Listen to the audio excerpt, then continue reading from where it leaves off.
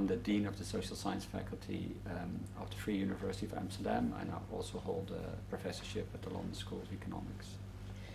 And so what type of future is in store for social Europe?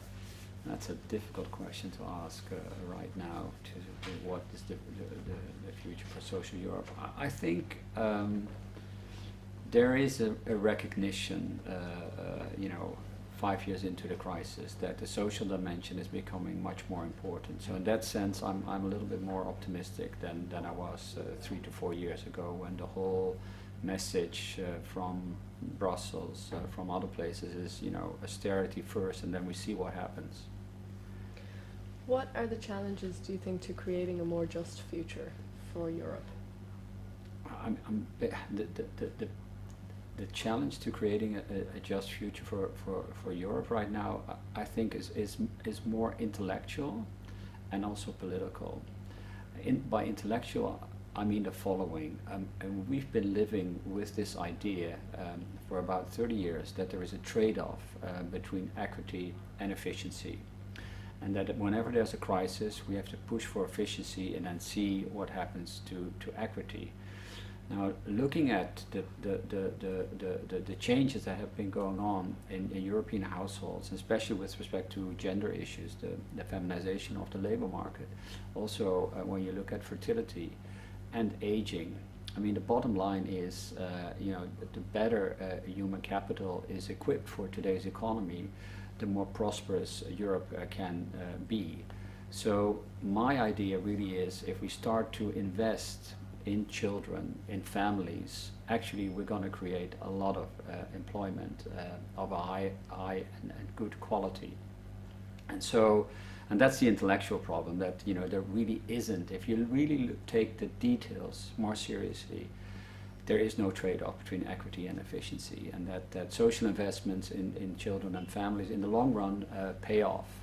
But then we first have to get rid of this mantra that there is a trade-off between equity and efficiency. Where does that ideological block come from? It seems like the choices are always between either tax increases or expenditure cuts, and that's the limitation of the debate.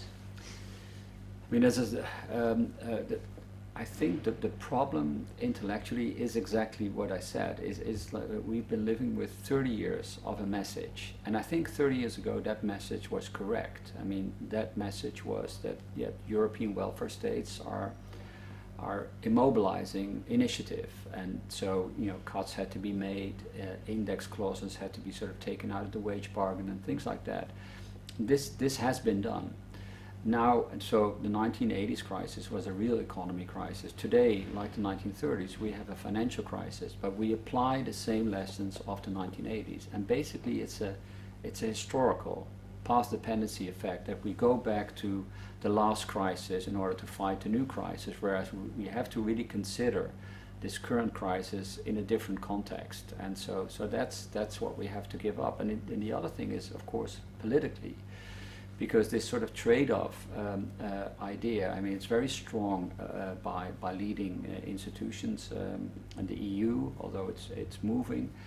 And then there is another problem that in times of crisis, what people would like to do is hold on to the rights that they have, because the rights that they will need tomorrow, they're less concerned with.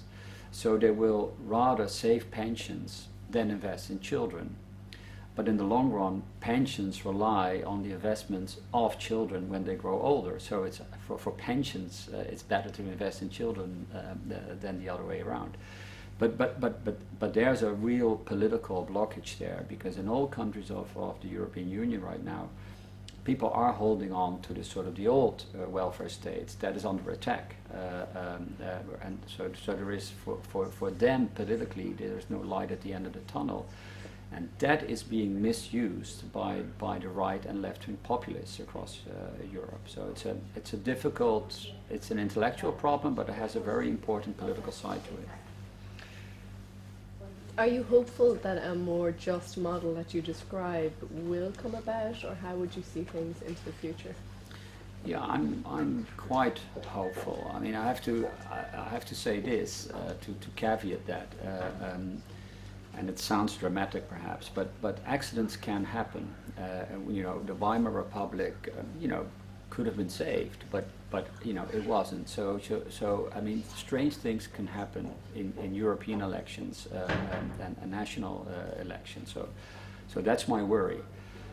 In the long run, I mean, it's obvious that with aging, we need all the human capital of the highest quality that we can get. So if you know, centrist parties become a little bit more progressive, and if also the European Union gives up on its sort of intrusive austerity paradigm and sort of starts to flag, also because of their own political interest, the notion of social investment, then people will start to see light at the end of the tunnel. And I think, you know, Ireland is a sort of an interesting example where, you know, there is, you know, after a truly dire period, there is some light at the tunnel. And then as more examples like this will happen, then people can see a brighter future.